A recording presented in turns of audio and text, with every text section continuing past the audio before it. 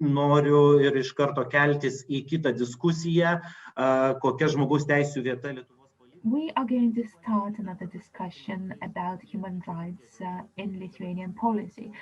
Welcome to those who have just joined us to take part in this discussion about human rights in Lithuania. It is initiated by the Human Rights Institute, and those of you who have not participated in the opening session, let me remind you that I am Mindaugas Jackevičius, a journalist from the Lithuanian National Radio and Television, and this discussion is being interpreted from English into Lithuanian and vice versa. You can listen to the interpretation in both languages, also in sign language, in Lithuanian sign language, and the recordings of this forum are going to be placed on the website later on. Also, I invite members of the forum to give questions which you can do by making use of the Q&A function on this webinar. And at the end of this discussion, I'm going to give a question as well, and you will have an opportunity to win a jumper with symbolism, logos of this forum. Also, you will be able to win a mug with these logos. You will be able to submit your answers through the Q&A chat function as well. So now we are going an hour and 10 minutes for this part, and later on we are going to have a discussion. I would like to invite heated discussions so that this is not only a nice talk among ourselves.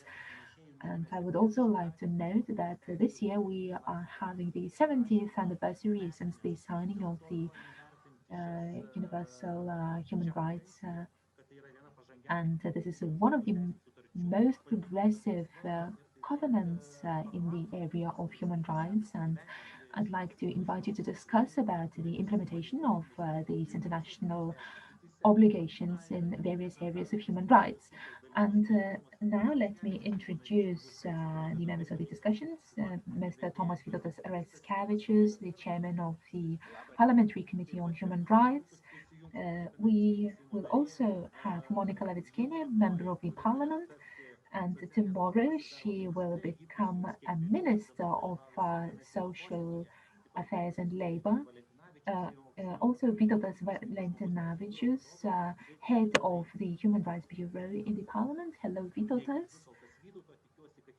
I hope that he will be able to join us too. Also, Dr. Milda Ališauskienė, a sociologist, religious theorist, professor from Vytautas Magnus University. Hello to you. Dr. Liutauras Gudžinskas, who is an associate professor of Vilnius University International Relations and Political Sciences.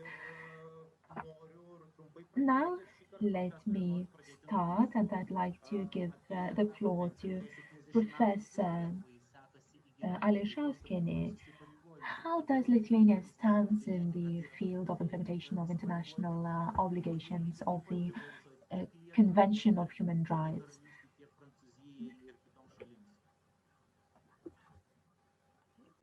Na, tai pirmiausia, turbūt irgi norėčiau pradėti nuo sveikinimo Tarptautinio žmogaus teisių. First of all, let me extend my greetings to you on the occasion of the Day of International Human Rights. And I'm very glad that we celebrate this day in this forum of human rights. Since I am one of the organizers of the forum, I'd like to say that we also celebrate the 70th anniversary of the Convention of Human Rights and Major Freedoms. And I'd like to draw your attention to the fact that indeed we have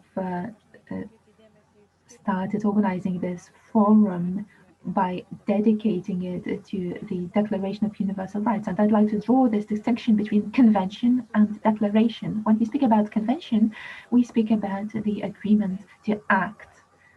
And Convention of Human Rights and Basic Freedoms is a covenant which agrees as to which direction it is going to take in its actions. And the decision of Lithuania to join this convention was its ticket to the European Union and the Council of Europe. First of all, Council of Europe and later on the EU. As to how it is implemented in our everyday life, we can see that it is not a certain finite process. It never ends, and as the guests mentioned in the opening session, every year some new developments take place. This year, that was so as well. So I believe that we have to understand that human rights are being implemented as a process. We have to speak about human rights every day so that people understand their rights, understand as to how they can defend them, that the state will help them in defending their rights, that every individual is important, that human dignity is being ensured and fostered. So I would say that this convention is one of the most important documents which allows us, speaking about ensuring human rights and the existence of the state of Lithuania in the club of civilized nations where human rights are being ensured. At the same time, let me draw your attention to the fact, which was already mentioned by the participants of the opening session, that today it was very clearly seen as to what does it mean when there is the absence of the operating convention of human rights and basic freedoms. We can see very clearly in our neighboring state where every day human rights are being violated, people are being detained, the capital punishment is still applied there. And this is only several kilometers next to us.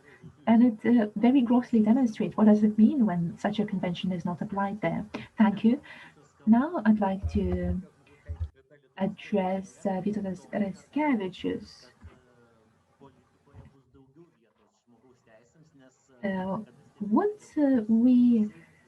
Could we expect human rights to be defended more extensively in Lithuania? Because earlier on we would be scared by the discussions in the parliament because they said that certain human rights have to be restricted. Thank you for this important question. I believe that we have to be very critical about our ability to meet our obligations. I hope that human rights will be defended more extensively. Well, basic human rights are ensured and respected in Lithuania, and at the first sight, it seems that non-discrimination principles are applied with regard to everybody. But for a long time, we would note that there was a lack of political will to make necessary political decisions. And today, we can see systemic challenges in Lithuania when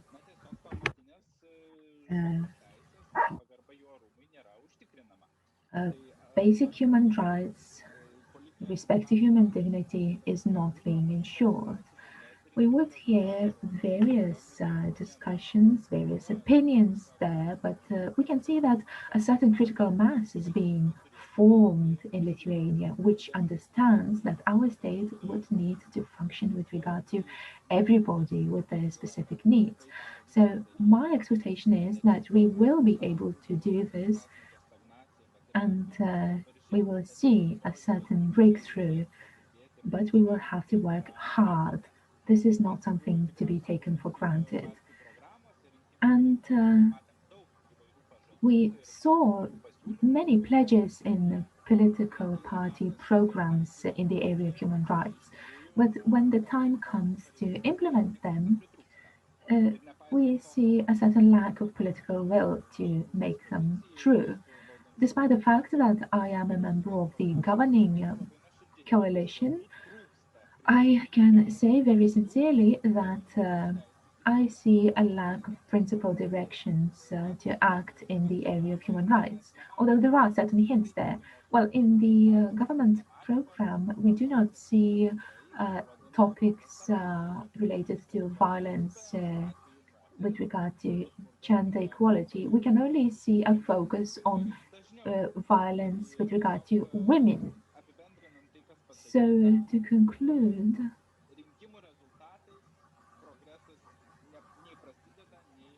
the progress doesn't start and doesn't end with the results of the elections. A very specific and concrete work needs to be done throughout the forthcoming 4 years of our term in the parliament. And I believe that both myself and both ruling and opposition parties will be able to work in this regard.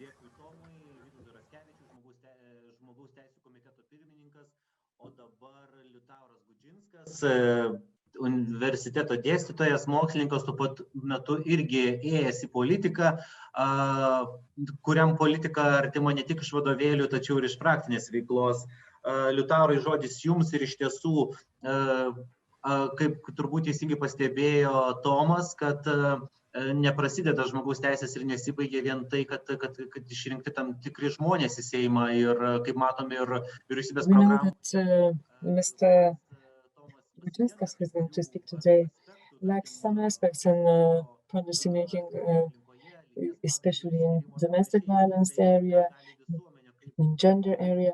What can society do? What should we do to make sure that after several years there will be progress?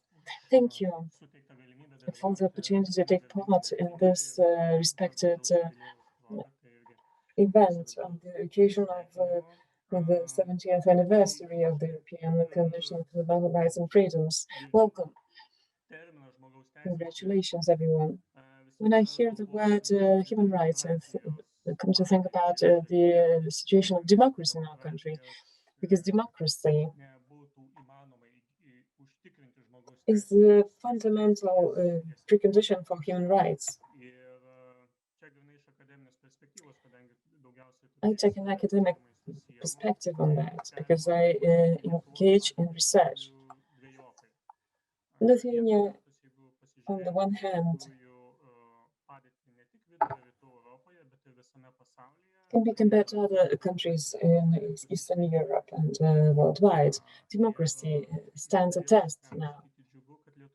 It's quite good that Lithuania is not the country which suffers most from the challenges.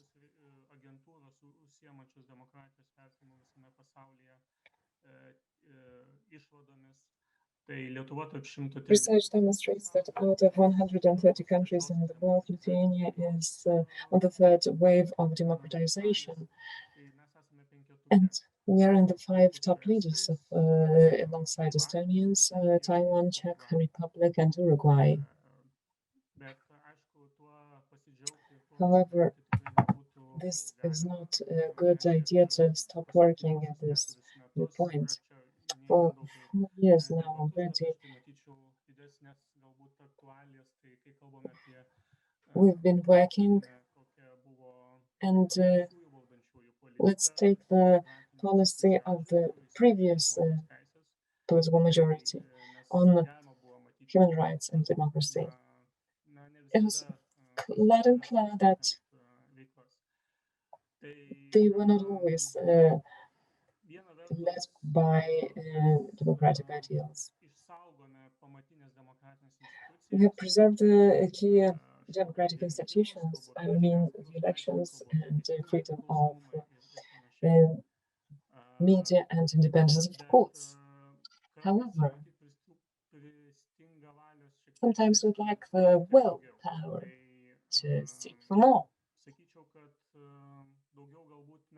I firmly believe that we support human rights and democratic institutions not because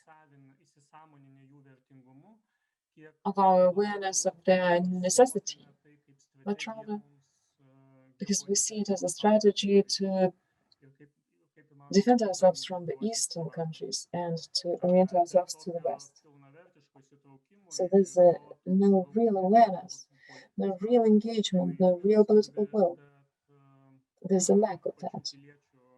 And there's a lack of awareness on the part of society and their ability to cooperate and to reinforce the non-governmental sector.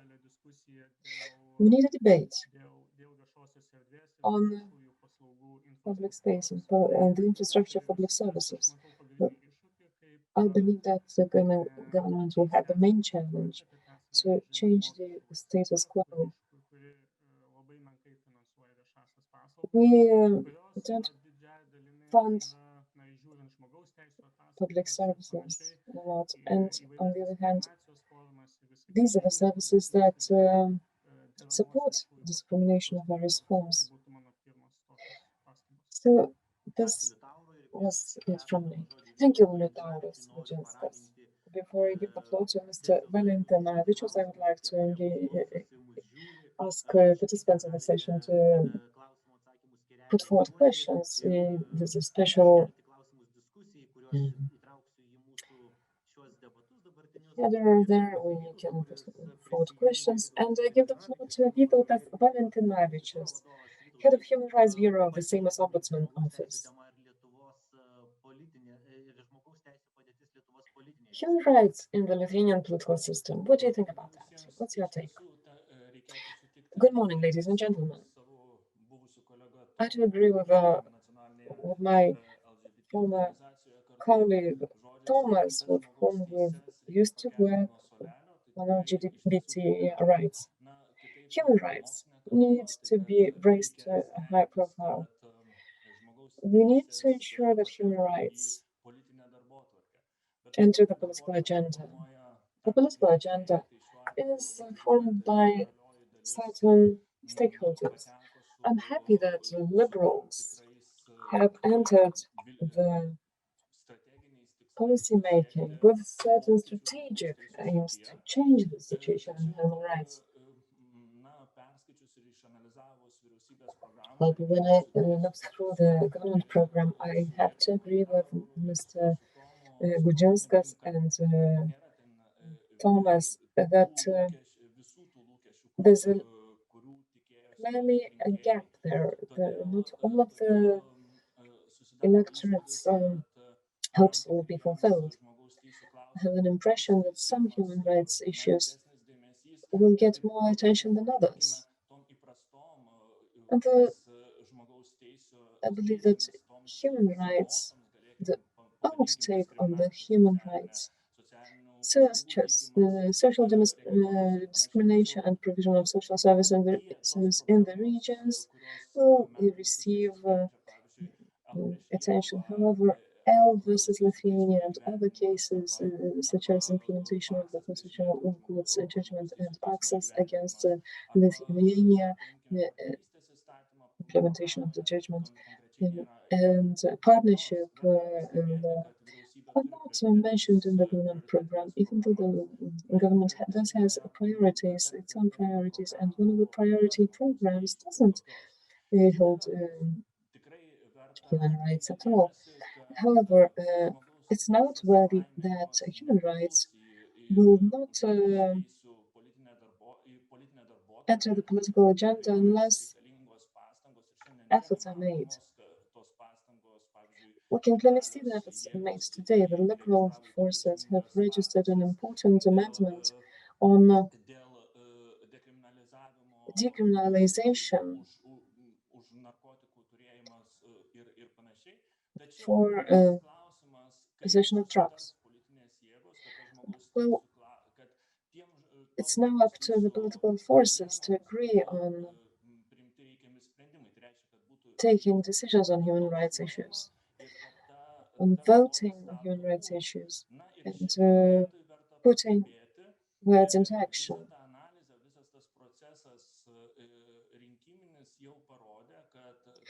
The election campaign has demonstrated that a human rights activist, Dovilė Šakalienė, who is a member of Seimas, has registered some amendments on Lithuania's reaction to serious problems in our neighboring country. This these amendments, once adopted, would demonstrate that Lithuania is aware of the right of women to integrity and safety. It was not easy to agree on that.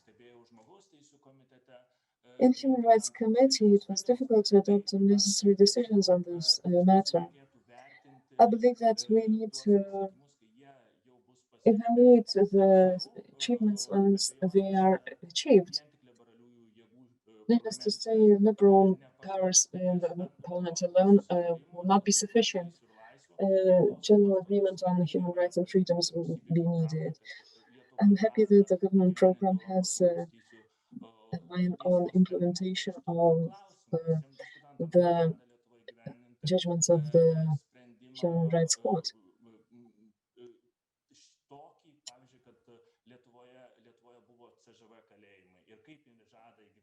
However, will Lithuania implement the decision that Lithuania had hosted a CAI prisons, and how? So there are some questions. I have some misgivings. But I believe that there is the willpower in place. I thank Vytautas. He raised issues for this debate, and I address this question to Tomas, Raskevičius, member of the Seimas, as to the non-adoption of the decisions of the Court of Human Rights. We didn't implement the judgments and chose to pay the fines instead. Mr. Raskevičius, as a member of the Seimas, as deputy chairperson of the political group of the party, how are you going to implement the decisions? Your partners are a heterogeneous group, and for some cases, they may say that we don't need to implement the judgments, especially in L against Lithuania case, or in the case of Paksas versus Lithuania. What will you say to your electorate if you fail? Thank you. This is a difficult question. Indeed. Let me start from the Human Rights Court judgment implementation. In the preparation of the government program, I consulted the future Minister of Justice, Dobrovolska. We agreed that this is a principled reform which is necessary in the area of justice. Implementation of international judgments are usually implemented through, on one hand, individual measures in individual cases, and on the other hand, systematic implementation of the decisions means that we prevent abuses of such kind from happening again. When Mr. Valentinavičius asked questions about specific judgments as regards CIA prisons, systematic implementation of this is easy. There are no and should be no institutions in Lithuania that would be against the abuse against persons. But how do we compensate to individuals for the mistreatment of police? This is the question. As to the political will and the coalition, I believe that when we take the European Court of Human Rights and its judgments, we have to abide by the principle of rule of law. Lithuania has ratified the convention, and if it believes that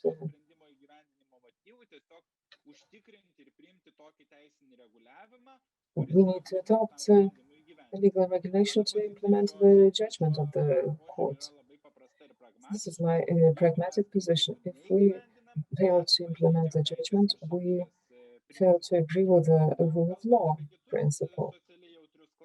As to other socially sensitive questions, we have Article 5 in the coalition agreement, which says that a variety of opinions is present in the coalition, especially on partnership agreements, on the Istanbul Convention, on decriminalization of possession of drugs without intending to disseminate them. All these are value positions, they are important. These are questions that we believe are necessary to be raised in society, and that's why we received votes. So we will raise these matters, and our coalition partners will not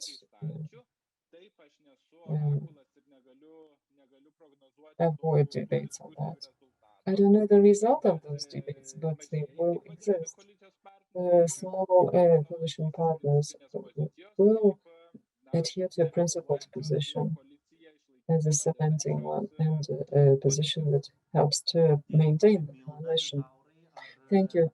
Milda Ališauskienė, Liutauras Gudžinskas, do you have anything to add? Well, I believe that when I heard the presenter,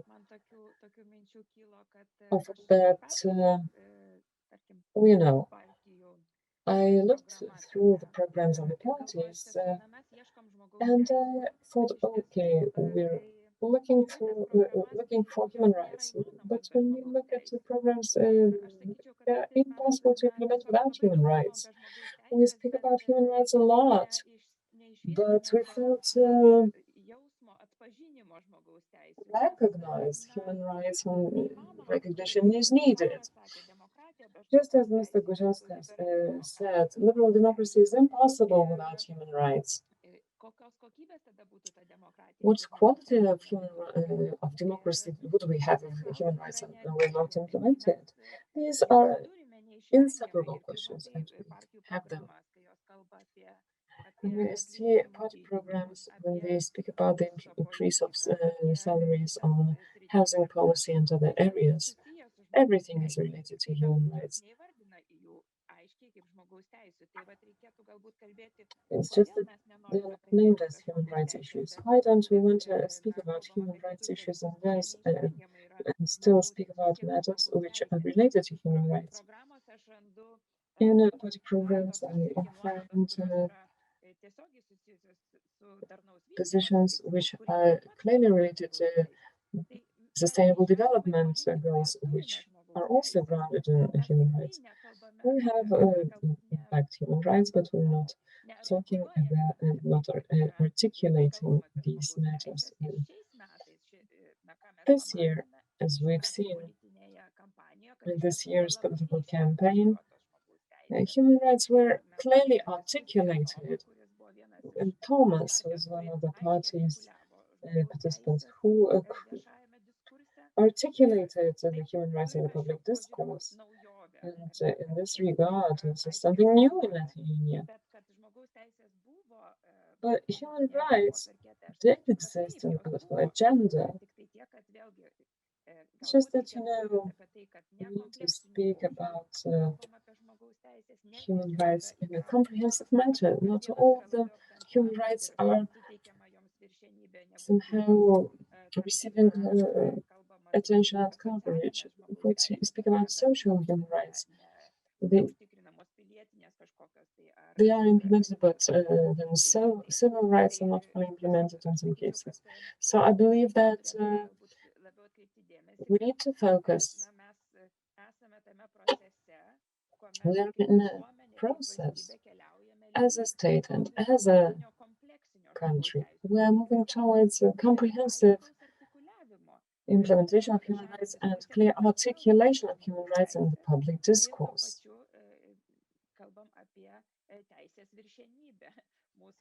As well as the articulation of the principles of rule of law in our state and our society.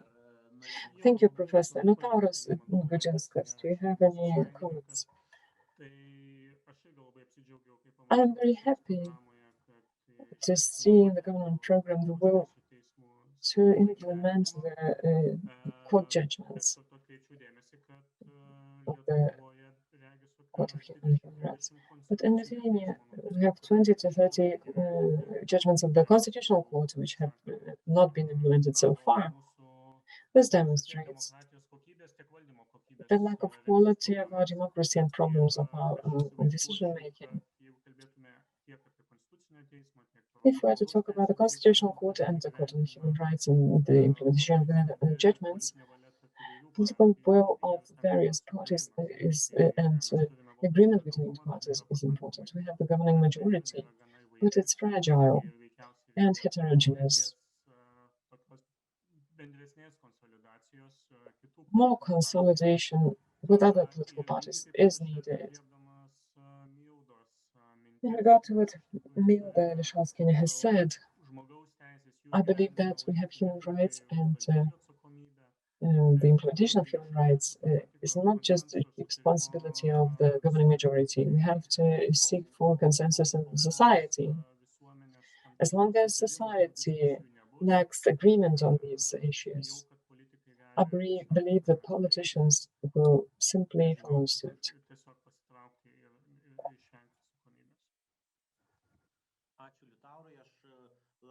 Thank you, Mr. Gudžinskas. I'm looking forward to Monika Navickienė, member of Seimas, to join us. And now I have a provocative question to our debate. Don't we have double standards in Lithuania? Let's talk about Belarus. In President's address, we heard about Belarus. Lithuania supports Belarus and speaks about human rights violations in Belarus. Are the standards in Belarus the same as the standards we apply to ourselves? Of course, we don't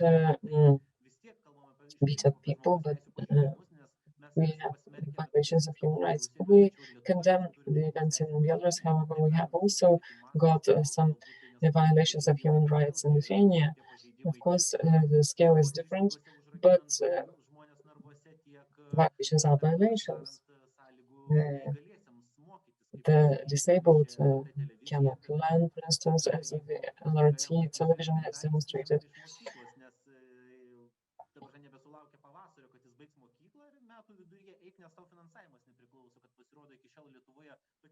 So far, there are problems. So, Professor, do you believe there are any double standards in Lithuania on Belarus and on our own country? As far as I can know, the implementation of human rights is a process, and we see in Belarus is abuse of people, persecutions of people. These are fundamental violations of human rights. As I mentioned before, as part of the international community, Lithuania acknowledges the UN approach to human rights, which is comprehensive and includes all human rights. Of course, in extreme situations such as the one in Belarus today, we have to raise the question of whether this can be tolerated, and of course it cannot be tolerated and should be condemned. Alongside that, we have to understand that our pledges to our country and human rights should not be limited, and a number of areas where we have to improve and develop. The evolution, the developments in Belarus reflect what happened in Lithuania 30 years ago. Within the past 30 years, we didn't stop changing, and now we know where we need to move, thanks to the media and initiatives from individuals and NGOs. You can see the problem areas to which we need to react. The situation in Belarus is different. What they need most is to find a way out, and ourselves as people with experience in such cases have to support them, and this is our obligation. Another way, we should not forget in the context of Belarus that for 30 years we've been already a democracy, and human rights should be raised as a beacon in our country as well. Could you react to the issues in Belarus once again? Yes, I'm happy that we've started to finally take care of the issues in Belarus, because for decades we've been causing riots in it, and focused on cooperation with the Lukashenko regime and economic competitiveness of Lithuania. The Belarusian society has demonstrated its initiative, and I'm happy to see the Lithuanian government program, which says that Lithuanian state wants to become a beacon of democracy and human rights. This will mean a principled approach to Poland, and Poland's problems, as well as Hungary, and things that are happening worldwide, including China, Hong Kong, and so on. This is a bar raised fairly high. I hope it will be remain very high. I'm happy to welcome Monika, member of the Seimas, Lithuania, member of the Homeland, Lithuanian Christian Democrats, and Minister of Social Affairs and Labor. Thank you for joining us from the Seimas sitting. I have a question to you on the place of human rights in Lithuanian politics. And your predecessor, Mr. Kukuraitis, used to avoid some subjects. He was uncomfortable with topics such as domestic violence, violence against women, and Istanbul Convention. Will you have the courage to raise these matters in the know that in your party there's a flank that opposes these ideas? Good morning. First of all, I would like to welcome the participants of this forum and the anniversary which we celebrate. I'd like to share a story from my home. This morning, as I was preparing my children to go to school, I told them I will have to speak about human rights at a forum, and there was the question, what are human rights? Because we didn't in theory talk to my children on human rights, so I explained to my daughters that there are some people who are different than ourselves, who think differently, who look different, who have different color of skin, or they have different abilities. My daughter Elżbieta asked me them, so if they have different abilities, she said, if I were disabled, would that mean I couldn't find a job in Lithuania? And this childish misunderstanding gives me courage to say that to our children who think differently. We are already different compared to our state before independence. Of course, we still are biased by stereotypes in our mindsets, but I believe that the political will be gathered to adopt legislation. And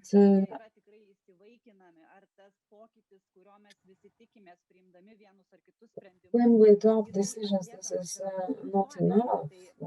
Society needs to change as well. So leadership is needed. There's a number of areas where people are still discriminated against, where they feel seclusion, where they shouldn't. Both economic and social seclusion, I mean. I believe that the current government will put every effort to change the situation. The Istanbul Convention is just one of the legal acts that cause problems in the area of abuse against women. I will personally support this draft. But of course, there are people who think differently because the stereotype-ridden thinking exists both in the society and in our decision makers. The fears in the public discourse on Istanbul Convention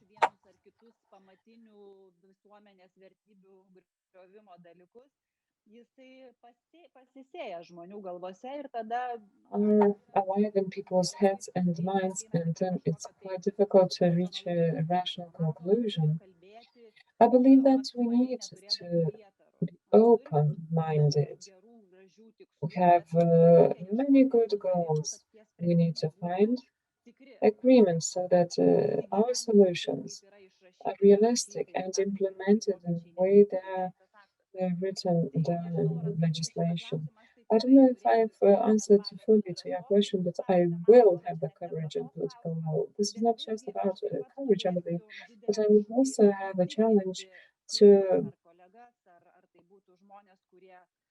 prove to others, to colleagues and others who have to change into the new rules. The goodwill ambassadorship is what we have to take up to work against stereotypes and to speak out to the public. We spoke a lot that children have to be safe in all contexts, whether it's family context, street context, or school context. Nevertheless, some people in the society thought that child's safety is not the same as autonomy of the family. When you explain to people that families are different and all the children who are still abused today are our own children, I know that fear causes division. The children's rights institutions seem to be feared for taking children from families. Communication is crucial in terms of security and safety of children. We need to change the mindsets, and it takes some time, but it's possible. Today, the participants, the members of this government are working to the full extent. In 4 years, you will see the results, and I firmly believe that we are full of courage and willingness to make these changes. Thank you, Monika. Would you still have a couple of minutes to stay with us? Yes. Yes.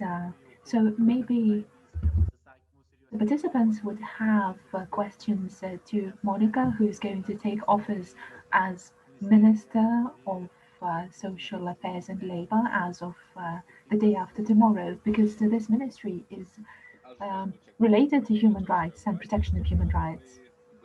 Yes, I'd like to react. I truly agree to lots of things that Monika mentioned, and I truly believe and I'm glad that we have such an excellent, progressively thinking politician in this field. And I believe that we will have a unique opportunity by working together with the Parliament to achieve this practical implementation in the field of human rights.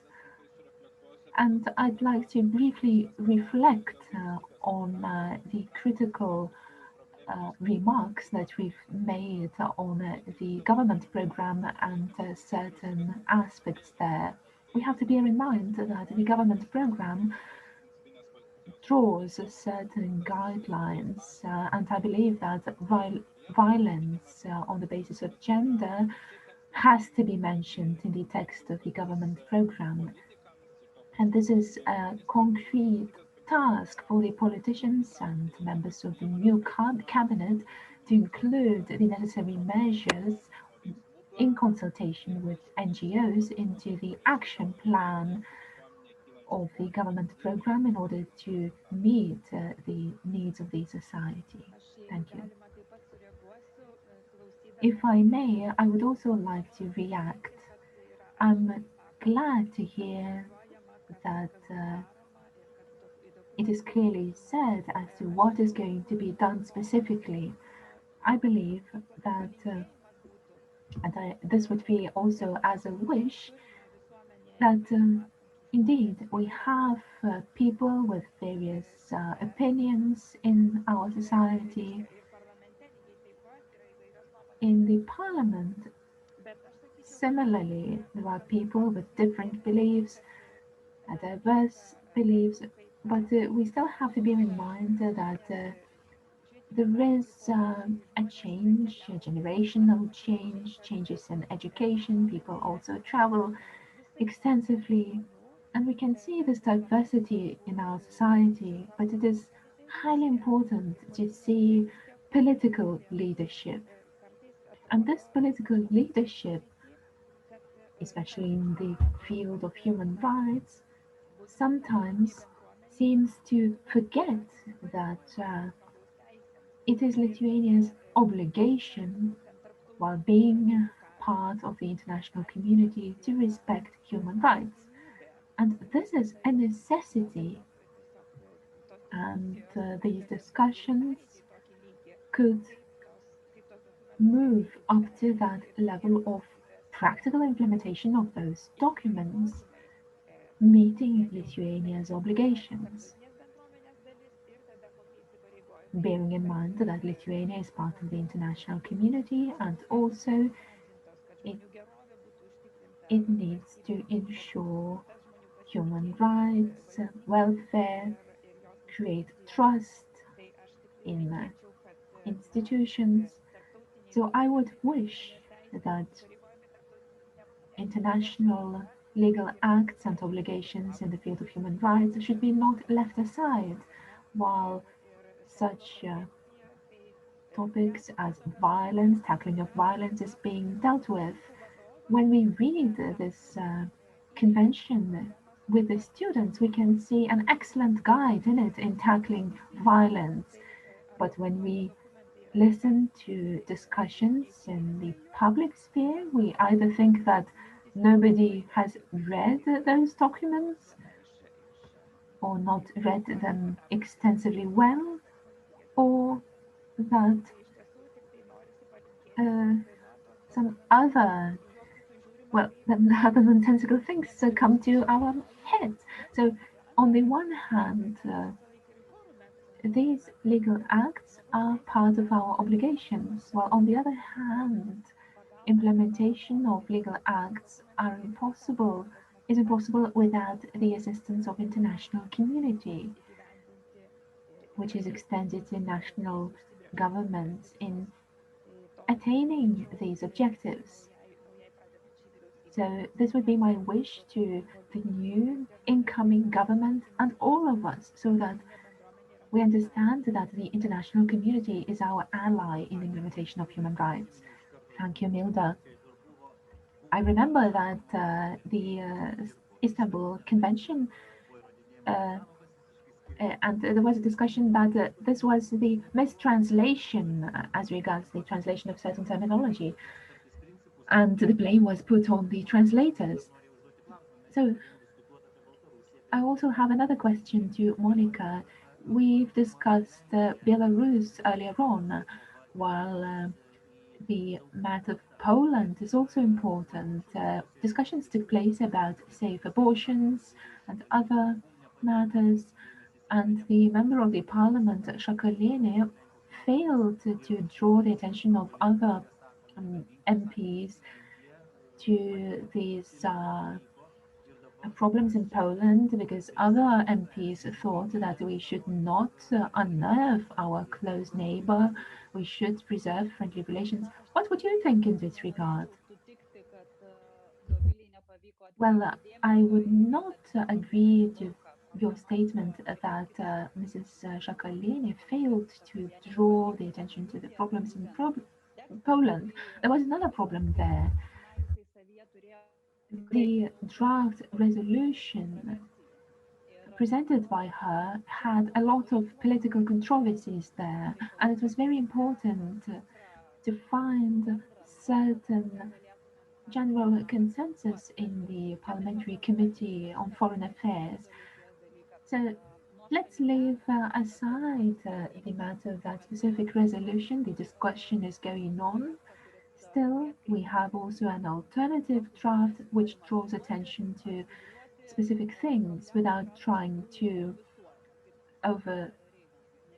overshadow certain problems. As Reagan said, let us not be afraid of seeing what we should see. So we see those wrong things that take place in Poland. I don't believe that we are afraid of naming these things. No. I think that talking about Belarus, Poland, Hungary, no matter where we can see restrictions of various types of human rights, access to information, violence, and other things, I believe that Lithuania,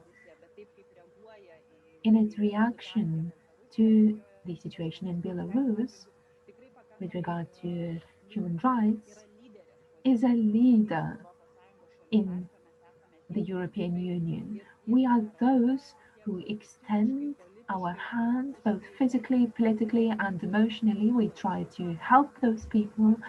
And at the same time, I believe that we make this signal to the European Union as to what the reaction against crimes against humanity should be. I believe that we, as a country, take this responsibility for those who are weaker than us. But also we have to remember that we also have our own problems and have to deal with them. Thank you, Vytautas. Yes, I'd like to react to your ideas when you mentioned Belarus and Lithuania. Frequently, we can see that in the UN discussions, we are reminded about our own homework that needs to be done. For example, the law on partnerships and other matters that we've already mentioned in our discussions. So I agree that we are a democratic state and we need to raise the benchmark in the area of human rights to a higher level. My other thought would be as follows. Almost all the participants mentioned the Istanbul Convention. So I'd like to make a couple of examples. Today, we are very unhappy about the implementation of the Convention of the Disabled. The convention has been ratified, and I would agree with Monika. This call to ratify the convention in order to please the international community is not the right way.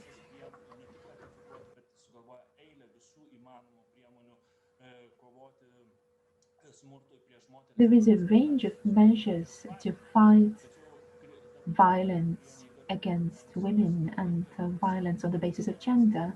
Now, talking about the Convention of the Disabled, Monika and Mrs. Shimonite took part in a conference which raised lots of concerns with regard to the implementation of this convention.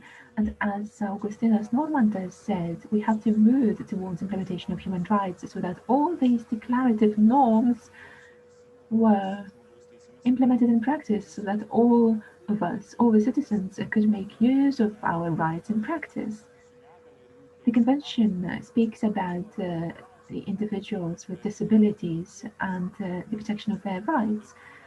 But those buildings which are already constructed and the schools which, even following renovation, do not provide access to the disabled, and a range of other projects disregard the rights of the disabled.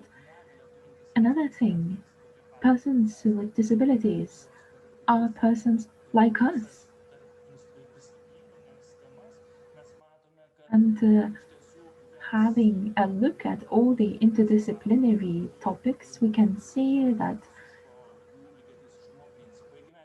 it's still a long way to the full implementation of their rights. Thank you, Vytautas. Now, Liutauras. How could we gather greater support by the society to the decisions made by the politicians? Well, we hear certain concerns that these are Western values, there is a certain threat because Lithuania is a different country. And thank you. I'd like to react also to the speech by the incoming minister, Monika, and also to answer your question, Mindaugas. As regards social and labor ministry, this is an essential ministry in aiming to ensure the protection of human rights. And here we should mention institutional violence, the Istanbul Convention, etc. But we also need to see discrimination on the basis of age. Also, material vulnerabilities among persons over 65, which has increased a lot. Now, also seeing the problems related to the disabled, we are not going to tackle all these problems while having our budget as it is now, because expenses grow while redistribution is only 30%, while the EU average is 40%. Now, looking at the new program of the government, I don't see concrete steps in this regard. These are very modest proposals to discuss personal property tax, to review pollution taxes. So I'd like that the minister and the cabinet draw attention to this matter, because in the end, it comes down to the support by the public to certain decisions, because people usually think about themselves only, and this is the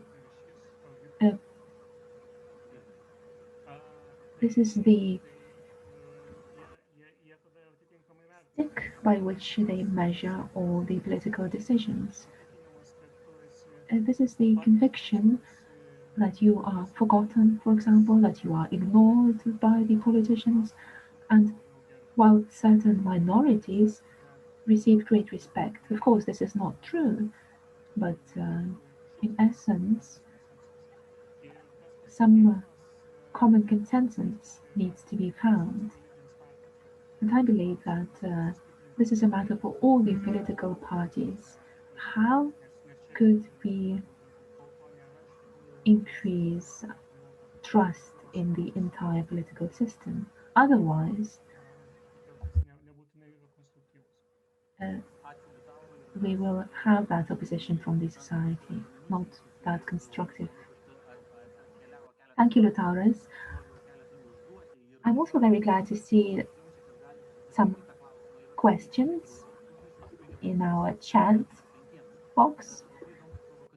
There's a very interesting, provocative question given by Laura. She says, this is not a question about violence and other neighboring countries, but there are a lot of discussions about COVID and vaccines. So my question, why vaccines should be obligatory to everyone if we should bear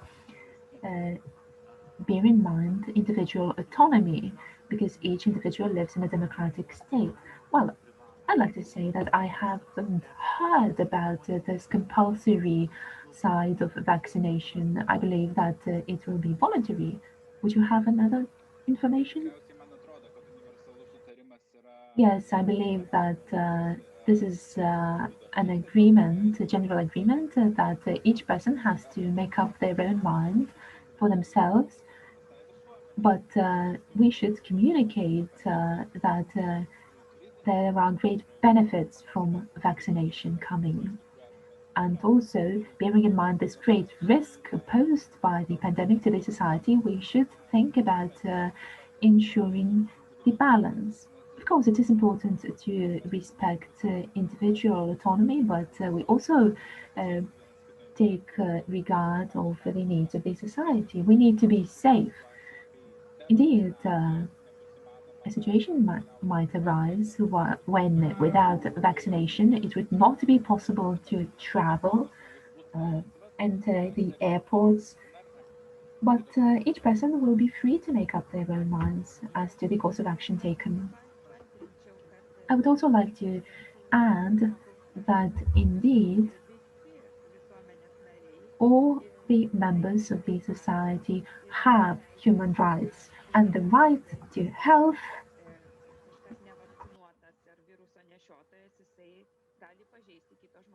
well, if some person is not vaccinated, it may infringe the right of other members of the society to be healthy. So we know that each person has human rights, but they come into conflict with the rights of other people, the right to health. So if I stress my own individuality, my rights, and I don't understand that there are other people next to me, and if the use of my own rights may infringe the rights of others, we have to discuss that. We have to educate the society that we are all in this together. And my next question to the minister, a question by Yava. How could we reconcile the human rights with the liberal economic rights, which orient themselves to optimization of public services, centralization, privatization, increase of differences, and inequality?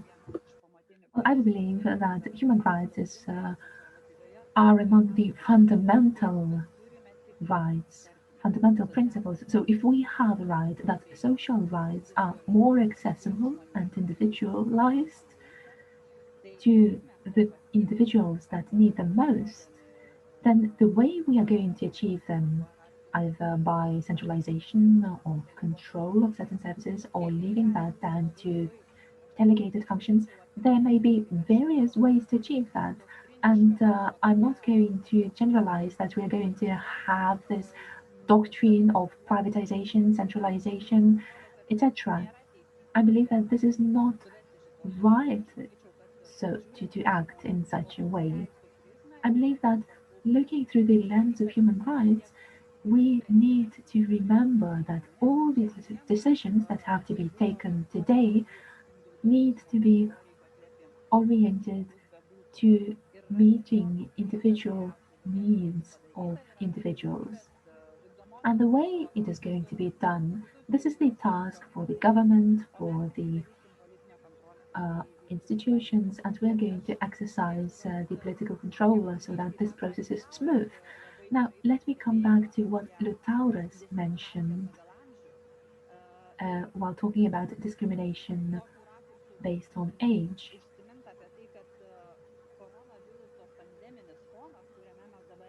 The context of the coronavirus pandemic raises a lot of challenges to people also in the field of human rights. Certain restrictions which are necessary for us to survive also mean that we have to look for a new balance in order to meet the demands and ensure human rights of the older population.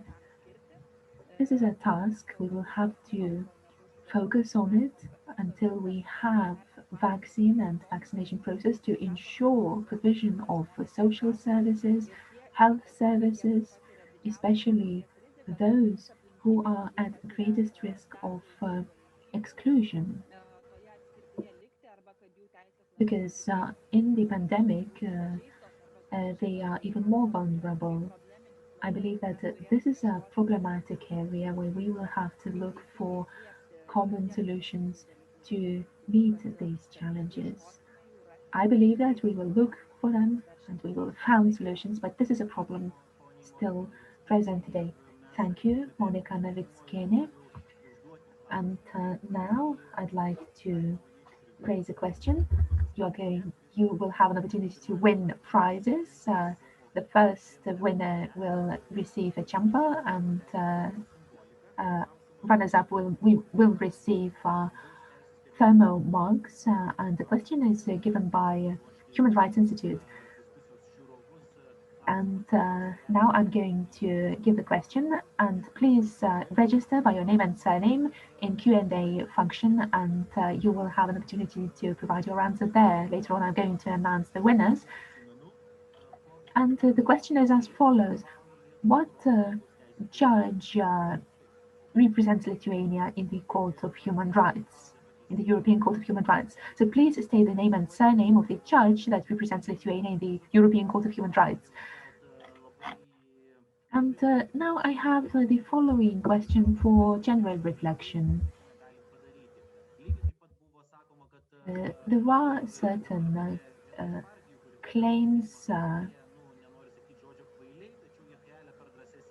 saying that certain political parties are too courageous, too daring, that they are not going to be elected. But we can see that one party, which was very brave, managed to enter the parliament and even formed the governing coalition. So this is my question. Maybe our society is changing faster than the politicians know.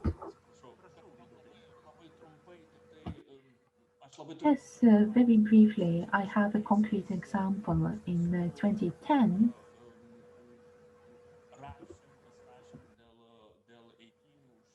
we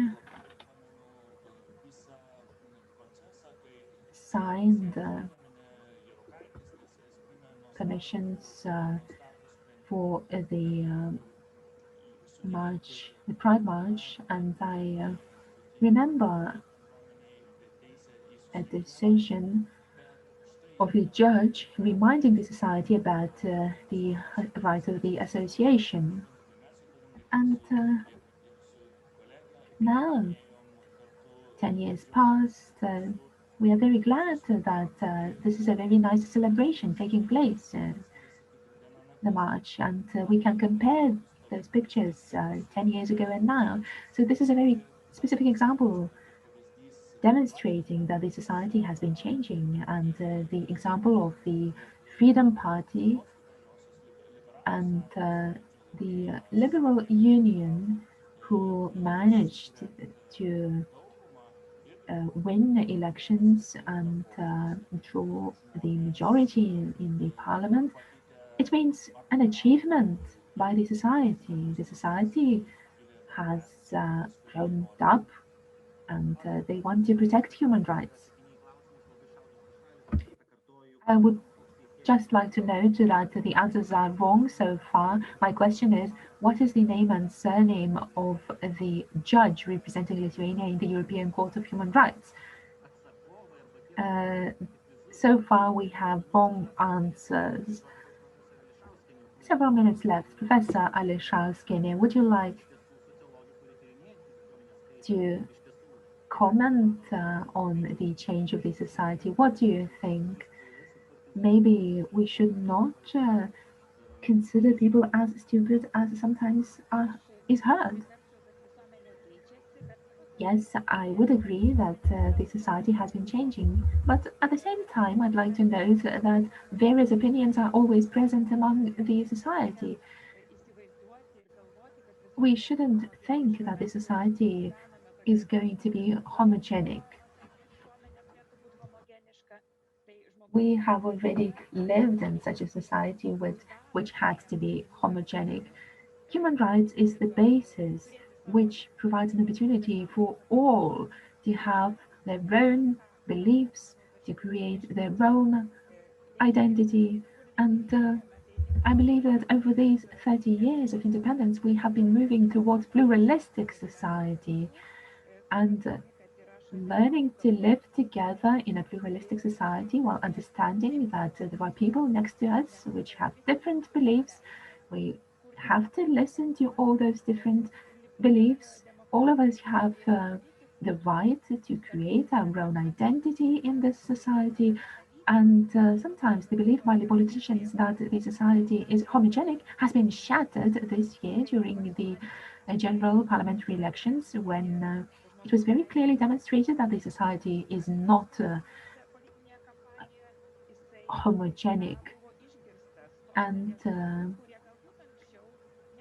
matters of human rights stressed by one political party have been raised by part of the, have been heard by part of the society. And politicians thought that they targeted their political proclamations to the society, which has already changed, however. So we should understand that our society is very diverse. There are various groups in there, and in the political process, we can see how those groups, through interdiscussions among various groups of the society, move us to further development of the society. So I believe that generational change also allows us, speaking about the coming of new generations with different agenda, which is important to them, education, engaging of human rights into educational programs is also an important process, and it will be reflected in the political agenda as well. This is a natural process, but I believe that one of the most important lessons that we should learn from the past years with regard to human rights in the political agenda is that the society is diverse, and politicians thinking about programs they create should not believe that the society is homogenic and the same questions are pertinent to all. So I believe that we have achieved a lot in this regard, but of course there's no limit to perfection. Thank you, Milda, for this conclusion. I thank all the participants, Tomas Raskevičius, Vytautas Valentinavičius, Milda Ališauskienė, Liutauras Gudžinskas, Monika Navickienė. Thank you to all of you. I also thank to those who took part in our competition.